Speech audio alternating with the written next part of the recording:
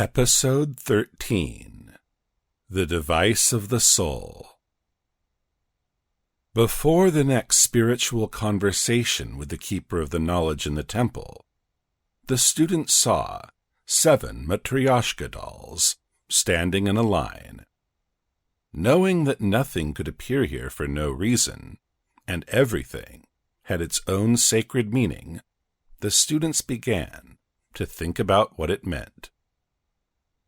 The Matryoshkas were quite ordinary, cheerful, smiling dolls in kerchiefs and blue-white saraffans. The dolls stood in decreasing order of size. Each Matryoshka was followed by a slightly smaller one. All the figures were hollow and consisted of 2 halves, except for the smallest one. "I wonder what will happen today," said a thin, freckled girl, who thoughtfully took one of the dolls in her hands, opened it, and played with the halves. "The keeper of the knowledge has probably prepared something special for us," suggested a dark-haired guy in an orange bandana. "I think it's also a symbol of something," a tall woman with oval glasses chimed in. "As with the paintings, remember?" She nodded at the nearest canvas on the wall, which was an example of objective art. The guy and the girl nodded, making it clear that they completely agreed with her. "It's clear, but what can it symbolize?" said the guy in the bandana, and intense mental work could be seen on his face. Gradually, other students gathered in the hall. They also approached the dolls and wondered, made guesses, discussed versions with each other, and waited for the keeper of the knowledge. He appeared in the temple hall in his trademark long black robe, with a high collar, and smoothly, as if floating above the floor, approached the students. "Dear teacher," the woman in glasses began, voicing the question that was in the air, "please explain why these dolls are here and what they mean." The keeper of the knowledge looked at the students with a warm look, then shifted his gaze to the row of the painted dolls and began to explain. "These Matryoshkas are here for a reason. This is a model of our soul, which consists of 7 subtle bodies. There were also 7 Matryoshkas in the Slavic tradition, and this is not accidental." With these words, the sage picked up the smallest Matryoshka, which consisted of a single piece of wood, and did not open it. He held it up in front of him, showing it to everyone. "The smallest Matryoshka is Atman," he explained. "It is a piece of God, or the nirvanic body. Atman is an individual soul that exists in each of us. God separated this part from himself, and now it should strive to connect with the great soul." The teacher paused, carefully looking at the students, and choosing the most appropriate comparison to help them grasp the truth. "If the huge ocean is God, then we are the waves of this ocean, and each wave has a choice. It can simply exist, continue to be a wave, so that it is fluttered by the wind and beaten against the rocks. Or it may want to go deeper and understand that it has always been an ocean and strive to merge with it." "Is it the same with people?" the girl with freckles asked, closely following the keeper's thought. "That is right, Dasha." He smiled. "We too, like that wave, may just want to exist in this world, beat against obstacles and blows of fate over and over again. Or we can move toward God." Having said this, the sage took the next Matryoshka from the table, showed it to the students, and explained, "This is the second layer of our soul, the causal body. It arises around Atman." The keeper opened the matryoshka, put the smallest doll inside, and reconnected the two parts. Like this, see? The students were intently watching the actions and explanations of the teacher, afraid to look away and miss an important piece of the knowledge. "And what is this causal body?" asked Dasha. "This is a human experience," the teacher replied, looking at the girl with love. "Each of us has our own. It is a necessity for us, and at the same time a limitation. A person without experience is in a meaningless state. Yes, nothing seems to limit you, but you are nothing, just a witness. Therefore, we cannot exist without experience. Do you understand? It makes us an individual." "Beloved teacher, can you give us an example?" a tall, fair-haired student asked, looking questioningly at the sage. "Of course, Natalia," he replied, interlacing his fingers, and after thinking for a moment, he began to speak. "For example, we are born and start accumulating our experience as Vasya Ivanov or Masha Petrova, and this experience limits us.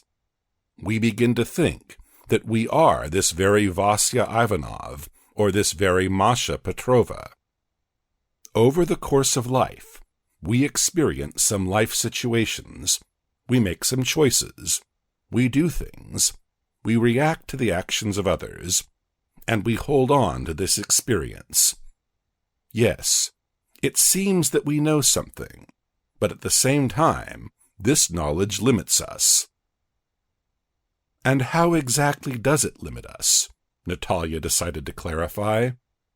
"In what way?" "We cannot imagine ourselves, for example, as some kind of inorganic being," the teacher replied. "Like, for example, as the soul of a planet.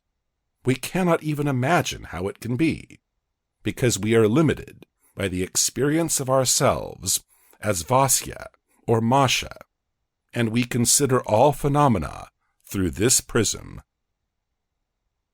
"It turns out that the causal body is merely our personal experience?" Dasha asked, continuing to listen attentively to the teacher. "Not only that, the causal body collects the experience of millions of lives that we have lived, and individuality appears. But at the same time, there is such a limitation. Atman is no longer a pure part of God. It plunges into the causal body and identifies itself with all this experience that it has received over thousands of lives." Dasha nodded gratefully, making it clear that she had understood this part of the information, and she was ready to receive further knowledge. And just then a new question was asked. It was asked by a stocky man with a neat beard and long hair gathered in a ponytail. "Teacher, you said that our essence develops during life, and then when the physical body dies, it just goes into the causal body?" "Yes, Mikhail, well done. You understood correctly. Our whole experience passes into the causal body," the sage confirmed. "Of course, in one life we get little experience, but over millions of lifetimes, a lot of it is collected. So much that each of us could already become an academician." "If it's all in us, then why can't we use it?" Mikhail asked in surprise. "This experience is about the mental level, so we cannot access it," the sage replied. "And we do not even suspect that the knowledge of an academician is in the causal body. But think about what would happen if we brought all this experience into this life," he asked, addressing the students, and paused, giving them a chance to think of an answer. The students pondered, and their faces reflected deep contemplation. "Then it would not be interesting to live," the red-haired Dasha uttered, smiling. After all, we would have already known everything in advance. Yes, that is right, the sage confirmed, and we would no longer understand who we are, because a million different personalities would immediately appear, and we would think, which one of them am I? And we would get confused like a centipede who trips over itself, not knowing which leg to move. So this experience is removed, and a person starts from scratch in childhood. So, do you mean that this experience cannot trickle through to a person in any way? A broad-shouldered, short-haired young man asked. Good question, Yuri, the keeper answered, and after a short pause, began to explain calmly. In general, there are some makings in the subconscious, but a person does not understand this. He does not come into direct contact with them, and only gradually begins to reach them. And this is better, because if you imagine that you have lived at least one life, and all the experience has been preserved, then it would be very difficult to get new experience. For example, take an old man. He has already taken root in his views, ideas, and reactions. He has already embodied. And if he continued to live as this old man, he would not be able to obtain a new experience. So this old man is cut off and sent to the causal body, and a small child is born, who knows nothing about the past experience, and is completely open to life. It is easier for him to obtain new experiences and adapt to life again, to develop some new personality.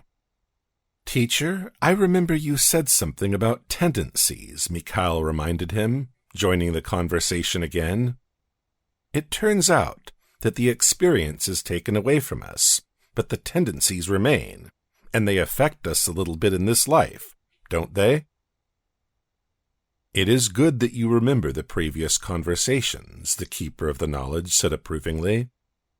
Yes, the experience of millions of lives is reflected in us, in the form of multiple tendencies. God determines which of them will stay with us, and then we incarnate into the appropriate aspect. That is, God gives only a part of the tendencies for our new life.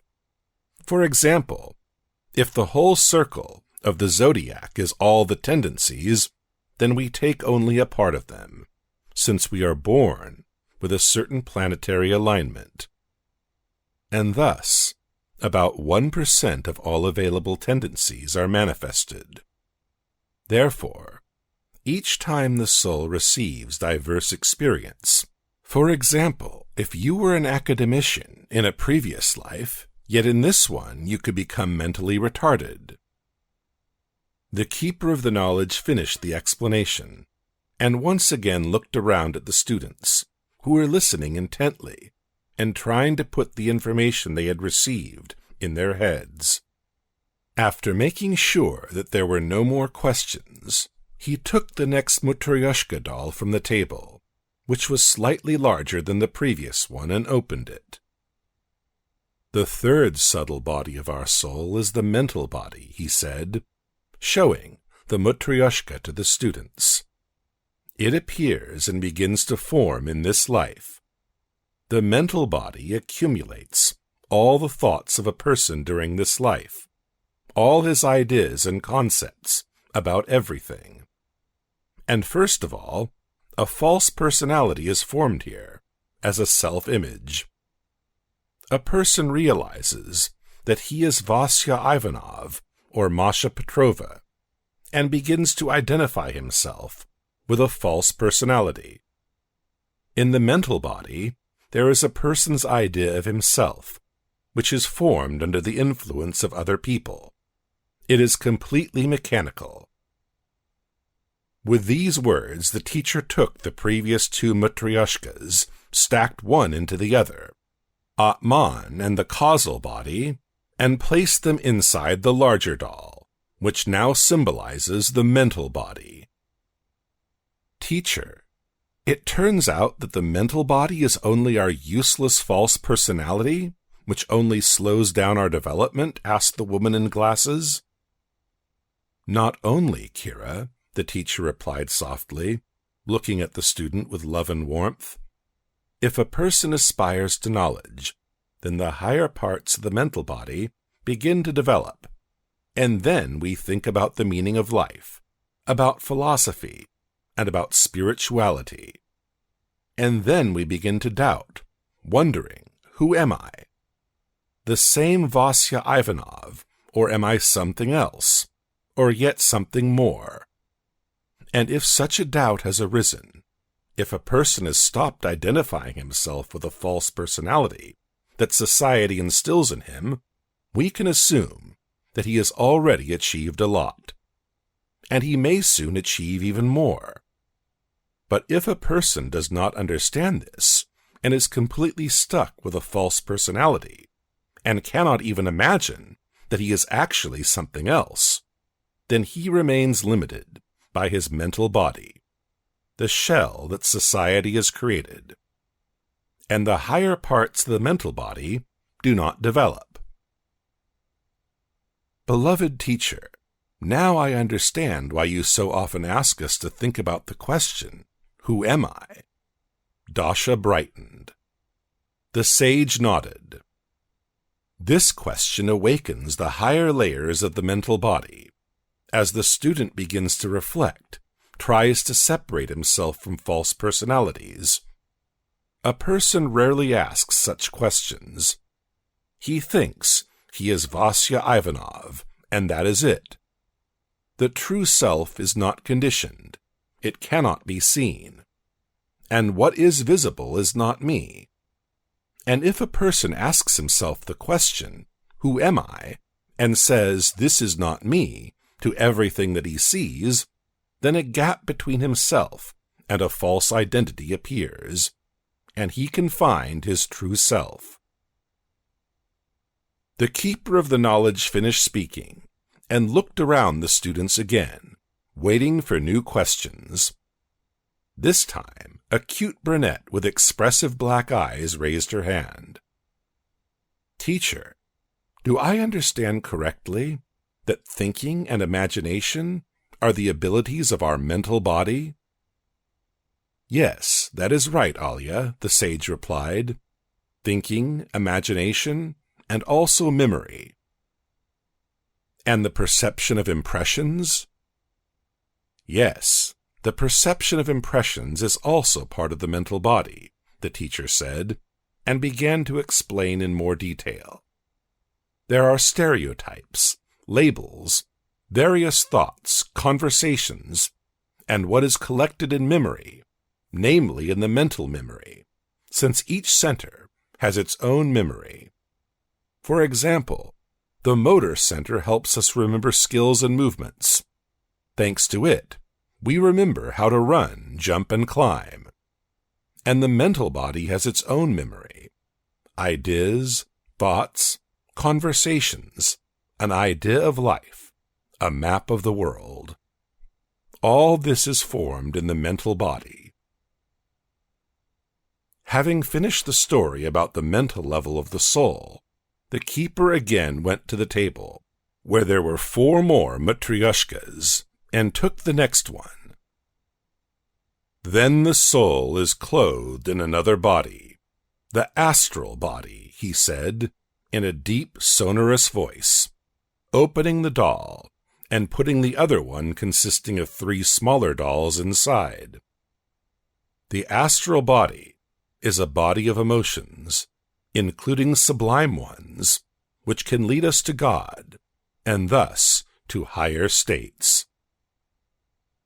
"Teacher," said Dasha, "what about negative emotions, lower emotions? Are they also contained in the astral body?" "A very good question," the sage praised the student. "Yes, negative and lower emotions are also part of the astral body. And our soul gets another outer shell, another cocoon, like this Matryoshka doll." He stretched out his hand with a toy, showing it to the students. "Therefore, it is necessary to build sublime emotions specifically: conscience, love for people, compassion. If this is not done, then the emotional reactions that have already been instilled in us will manifest: resentment, irritation, envy. All of them are already embedded in us by films, books, education, and the example of adults. We are conditioned by emotions, and to make sure that they do not interfere with us, but rather help us, we need to direct them to God. And then they begin to carry us up. The sage finished talking about the astral shell of our soul, and looked at the students, waiting for their questions. Teacher, is a person's astral body formed during life due to upbringing and the environment? Alya asked, catching the sage's gaze. Or does it appear at the moment when a person incarnates? And, for example, does the cosmogram, the planetary alignment, affect what emotions will be characteristic of a person? The keeper of the knowledge listened to the student's question, and putting the half-assembled Matryoshka on the table, began his reply. Yes, it does. A person receives part of the tendencies with it, but he also receives the makings. Someone is more envious, another is more easily offended, and another still has more rudiments of conscience than others, and someone else has a greater tendency to sublime emotions or compassion. These inclinations and tendencies are determined at the moment of birth, and then they begin to develop. Some emotions begin to dominate. Often, if some emotions strongly dominate, especially negative ones, then the main negative trait begins to build on their basis. The teacher's voice was calm and deep, and there was a vibrating positive energy in it. The power of kindness and unconditional love which he transmitted to his students. After finishing the explanation, he picked up the next empty Matryoshka. The next body of our soul is the vital body, the sage continued. This is a lower body, which is associated with animal emotions, instinctive reactions and desires, fear, aggression, greed for food, and lust. These are the lowest primitive emotions that help the physical organism survive. The vital body stores these base emotions and desires, but at the same time, it is also a receptacle of energy that is necessary for life. If a person is constantly active, he has a strong vital body that gives him energy to be assertive, emotional, and proactive. If a person does something constantly, it means that his vital body has been pumped up, is highly developed, and there is a lot of energy there. And if there is no vital energy, a person becomes weak, inactive. He cannot do anything.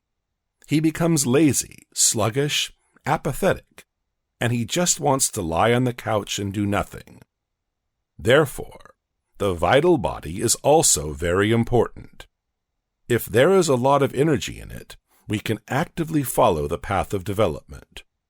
Therefore, it is necessary to pump up the vital body so that it has more energy, so that a person can develop well.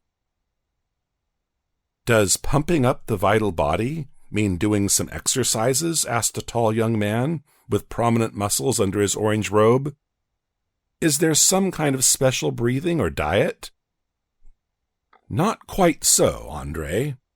The keeper smiled, looking at the student. Activity should come from Manipura and should be more social, like when a person undertakes something, takes responsibility for something, or controls others. This kind of leadership activity pumps up this body, and if it is not pumped up, then a person becomes inactive, and everyone starts pushing him around. Is that why a person who has a well-developed vital body has a lot of money? Dasha suggested. Are these things related? Yes. If a person has made his way somewhere, or has achieved a great feat, all of it is thanks to this vital energy. And animals, do they also have a vital body? Dasha asked again. Yes, they do, the sage replied. For them, this is manifested in who will get the best prey. For example, our yard cats compete for food, thus developing a vital body. We give them a bowl of food, and they push each other out of this bowl with their muzzles. Whoever has a stronger vital body will win. The keeper of the knowledge smiled and went back to the table with the dolls, took one of the two largest ones and opened it. The next, the sixth shell of our soul, is the etheric body, he said, and put the Matryoshka with 4 other dolls into the open one. Having done this, the teacher again demonstrated the Matryoshka to the students. You see, another shell of our cocoon surrounds the vital body. This is the biological energy that should nourish the physical body. And the physical body itself is just bones, muscles, spine, and organs. If all the subtle bodies have flown away, then only the corpse remains, and it begins to rot. Therefore, the physical body cannot do anything by itself. And in order to fill this body with energy, there is an etheric body.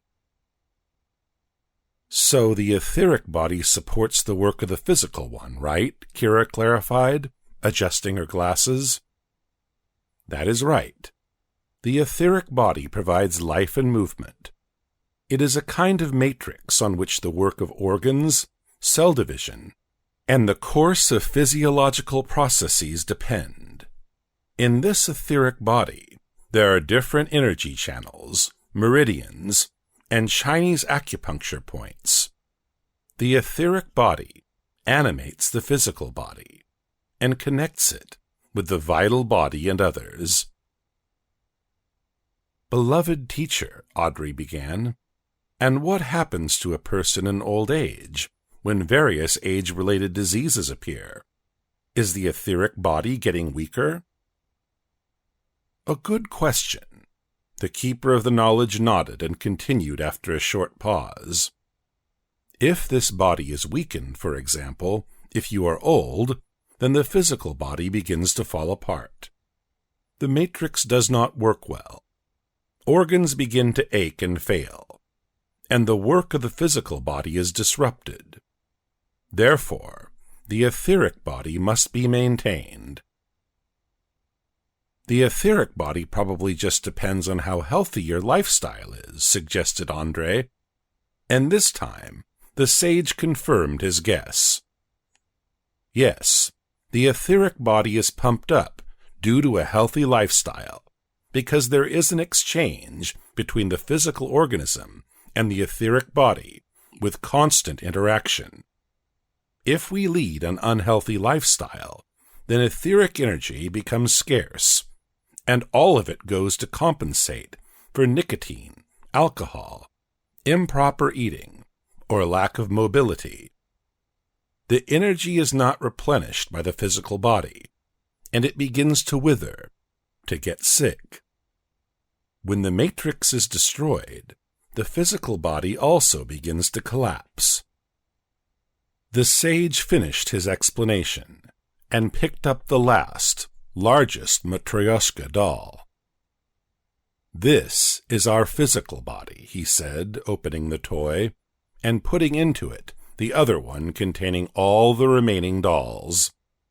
Our outer shell, and it completely limits us. The soul is placed in a physical body, and it binds it. A person no longer thinks about Atman, and does not feel his causal body, but the mental body can work in fits and starts. In the physical body, all the blockages are turned on, so that the abilities that the soul has do not manifest, so that it does not remember previous lives, so that telepathy does not turn on, so that no one can pass through walls and levitate. These blockages are activated so that a person lives only the life of the physical body, and it is very difficult to break out of this. Teacher, but we can't reject our physical body. What is the right thing to do to overcome these blockages? Dasha asked thoughtfully, after listening to the Keeper of the Knowledge's story. We have to overcome the influence of the physical body and the desire to live only its life, he explained. If we overcome all this, the instinctive center, the sexual center, and the motor center, which we normally build, then we can climb higher. And if we have not overcome this first floor, then all emotions begin to obey the physical body. You have not eaten, you have not slept, and you are completely out of tune and cannot do anything further. That is what it means to live only by the needs of the physical body. Therefore, we need to break away from the physical body, move away from this conditioning to higher levels of existence, so that the body ceases to bind us so much and to awaken higher abilities. But how can we do that, Master? Yuri asked, looking at the Keeper of the Knowledge with awe and trepidation. After all, if we don't eat, for example, the physical body will die. We must remember the sublime emotions and our attention, which comes from Atman, the sage replied, and looked warmly at Yuri. And then we will be able to overcome the physical body and rise above it, and the soul will finally be able to breathe a sigh of relief. Otherwise, it will remain chained in the physical body, tied to physical interests and states, completely conditioned, being unable to escape, and a person begins to live a meaningless, primitive life. Satisfied with the answer, the young man nodded thoughtfully.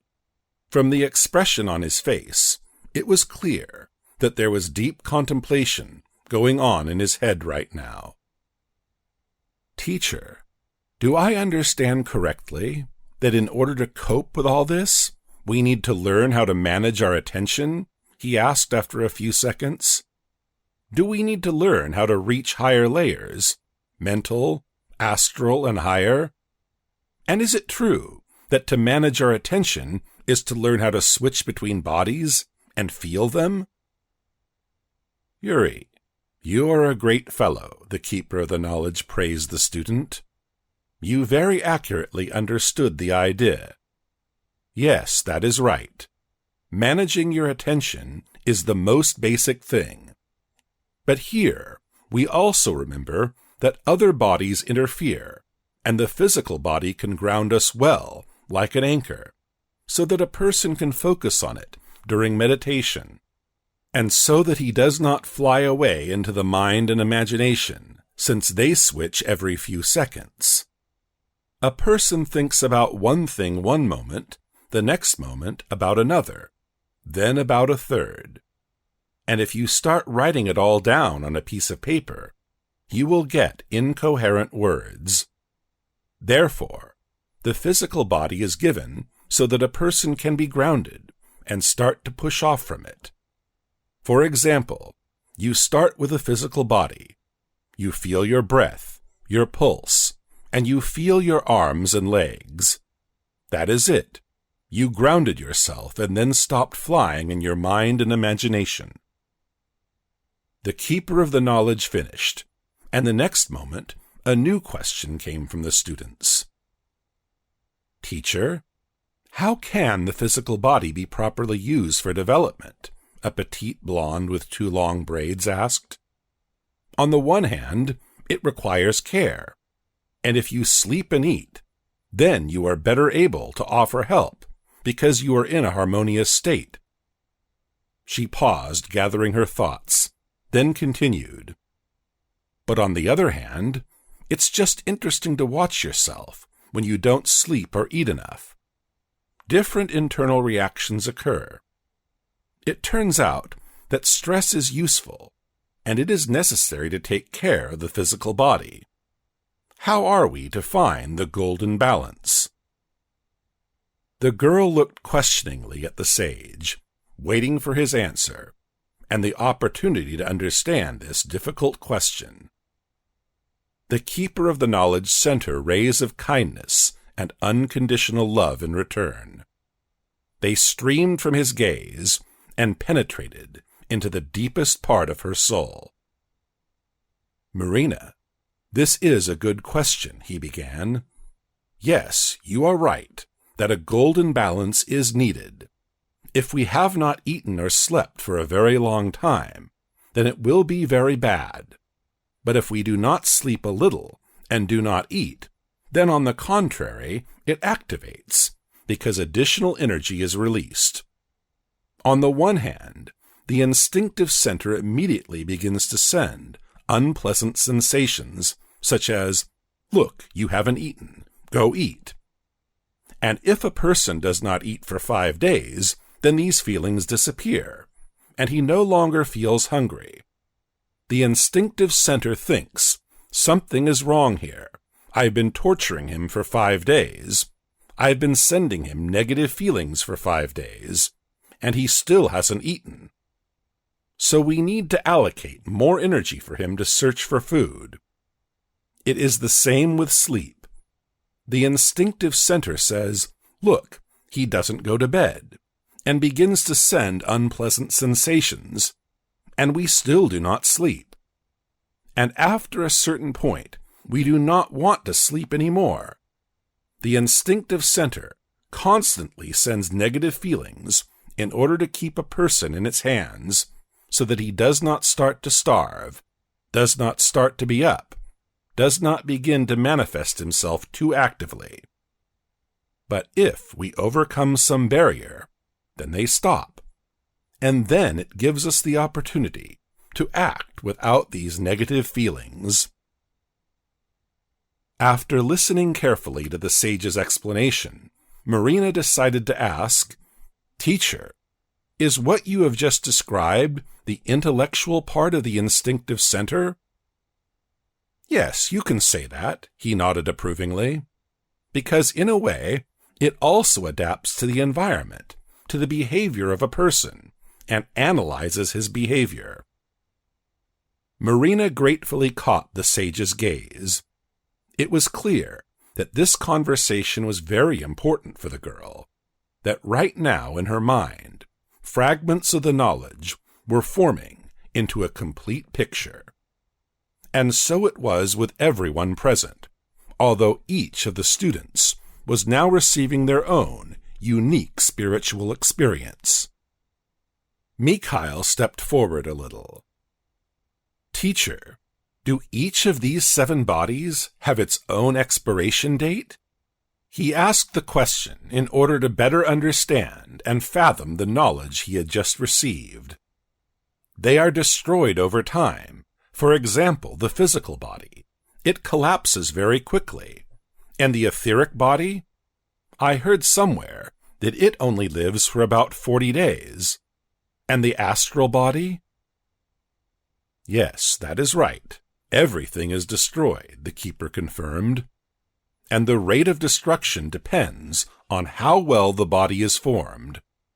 For example, if we often experience sublime emotions, then the astral body lives longer. And if a person has experienced only primitive animal emotions all his life, then the astral body is destroyed faster. It is the same with the mental body. If a person has not even tried to think in his whole life, then of course his mental body is weak and unformed. And if a person has been a thinker, has constantly engaged in philosophy, and thought a lot, then he has developed a strong mental body, and it will live for a long time." Mikhail gratefully looked at the teacher, explaining his guesses, while a new question was asked in the hall. "And what is the ego, based on this structure of the soul?" asked the cute brunette named Alia. "Is it on any of the levels?"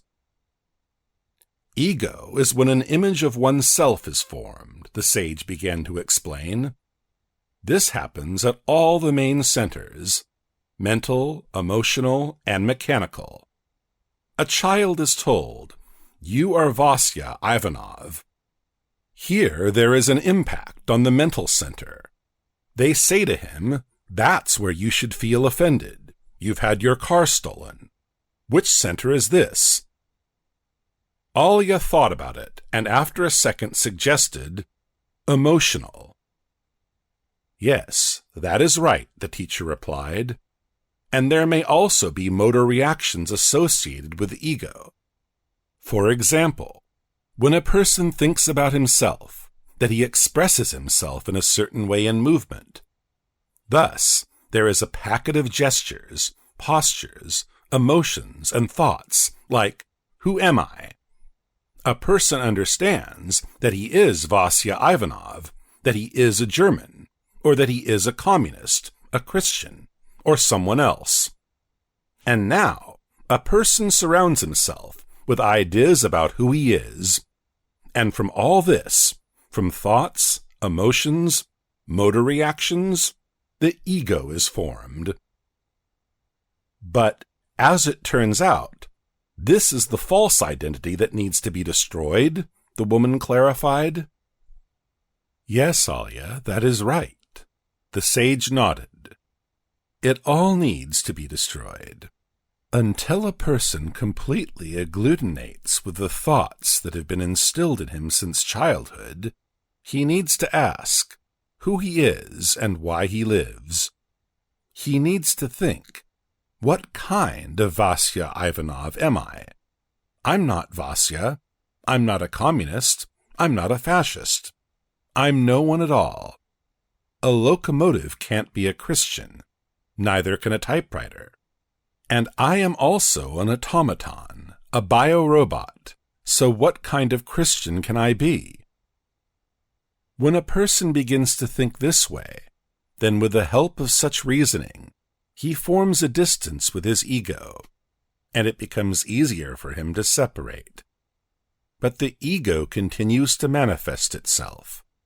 For example, a person begins to get rid of it, and immediately sits down in the usual egotistical posture in which he is used to sitting. Or, for example, he experiences negative emotions and immediately forgets that he wanted to get rid of something. And everything comes back. Therefore, working only with one center is not enough. It is necessary to get rid of all the three centers at once in order to control postures, emotions, observe thoughts, and destroy selfish patterns. And when we begin to eradicate egoism at all of the centers, only then can we overcome it.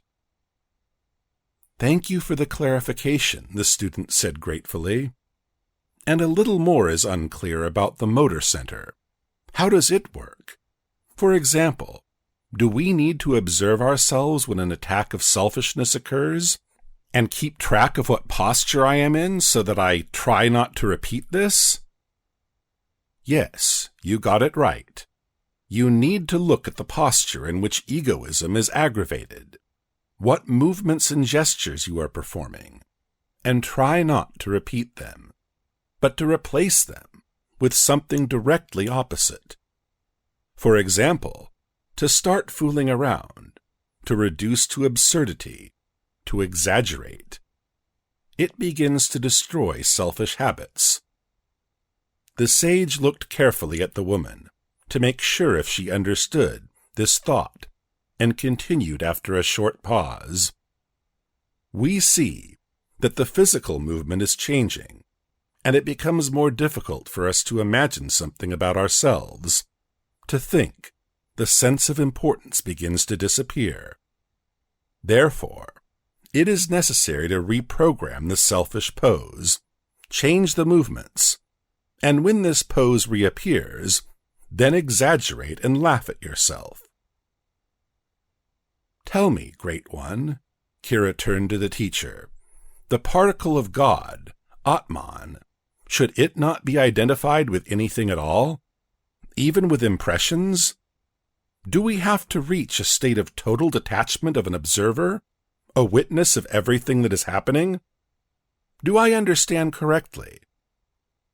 Yes, Atman learns life through identification with something. This is its first and most important feature. It identifies with a thought, and learns what a thought is, and it identifies with an emotion, and learns what an emotion is. On the one hand, it gives great opportunities for knowing, but on the other hand, it is also a heavy burden, because if a person identifies with his physical body, his thoughts, then he can live as such a biorobot all his life and only satisfy the needs of his physical body. The second ability of Atman, which is not given to it initially, but should awaken in it, is detachment. In detachment, Atman must become aware of itself. To understand, I am not the body, not the senses, not the mind. And then, a person will already be able to feel himself, apart from all this. It turns out that the problem is not so much in identification, but in the fact that you can't disidentify, Kira clarified, reflecting on the words of the sage. Look, the teacher again picked up the large matryoshka, which included 6 more dolls. Here is the model of the soul. Atman is here, inside, in all these bodies and shells, in the very center. And it falls asleep completely, identifying with all these shells. And our task is to wake it up, so that it begins to realize itself apart from all this, to return to its harmonious state again. Teacher, tell me, is the etheric body a ghost? When it separates from the physical body, when a person dies? Mikhail asked an unexpected question, and looked intently at the keeper of the knowledge. And if so, then, how long will it exist like this? The sage looked shrewdly at the student, put the matryoshka on the table, and intertwined his fingers. Yes, that is right, he replied. The more strongly the etheric body developed in a person during his lifetime, the longer it will exist until it collapses. And does this body also have some kind of mission or purpose, or does it just wander around the earth until it disappears? The teacher shook his head negatively. No, it just stays where a person dies, sometimes in the same place, sometimes over a corpse, and it usually collapses quite quickly. If a person died at a young age, then it stays around longer. If a person died an old man, it disappears faster. Sometimes the surrounding people feed these ghosts with their fear. For example, if a lot of people know that ghosts live in some castle, and everyone thinks about it, they start to be afraid and worry. Thus they feed them with their energy. Then such etheric bodies can exist for a long time. Mikhail nodded to the sage with gratitude for the clarifications, and the next question was asked in the hall. It was clear that the topic of the structure of the soul was important, and the students wanted to deal with it in as much detail as possible. And 49 days after death? Asked a middle-aged woman with soft facial features. When a person completely separates from the subtle bodies and passes into other layers, do they have any special meaning? Yes, Elena. The etheric body is completely separated within 3 days, the vital body within 9 days, and the astral body within 40 to 49 days, and then the soul completely goes into the subtle plane. That is why Tibet celebrates these 40 to 49 days. During this time, the soul is close to the earth, usually next to its physical body, or where its relatives are. Is it true that with their suffering that a person has died, relatives also feed the etheric body, or even the astral body? The woman asked again. Yes, the astral body absorbs these sufferings and emotions, and the vital and etheric bodies, they are fueled by this. And it doesn't even matter whether the energy is negative or positive. They are fueled and can last longer. For example, Lenin has been preserved for a very long time, since people made a mausoleum for him, and everyone goes there and thinks about him. His subtle bodies are being nourished. Beloved teacher, tell me, in order for Atman to wake up after all, you need to embark on the path of sublime emotions, and this is the path of development of the astral body, right? If a person experiences sublime emotions, it is easier to realize himself, separate, free himself, and feel like Atman, right? And it turns out this can't be done without an astral body? Yes, but you need to work not only at the level of the astral body, but at all of the three centers. The motor center should be in good condition. Sublime emotions are at the emotional center, and understanding is at the mental center, because it is important for a person to understand where to go and how to wake up. It is difficult without this understanding. He must know this secret, that it is necessary to awaken and disidentify. This is known precisely through the mental center. Then he understands the meaning of sublime emotions and knows where they should lead. Having answered the last question, the sage looked around the students. Today's conversation turned out to be long and intense, and each of them had received spiritual food for reflection, to work on themselves, and new realizations. Now the teacher saw how their eyes shone with the fire of the knowledge. He smiled and sent the disciples rays of support and bright energy of acceptance and love. The final chord of the conversation was a spiritual poem. I will tell you the holy truth which I was lucky to find, when I perceived and left routine behind in doing a miraculous work. My apprentice, I'll tell you, where the light of happiness hides in the heavens, you won't hear its calls, neither in the noise nor in the silence.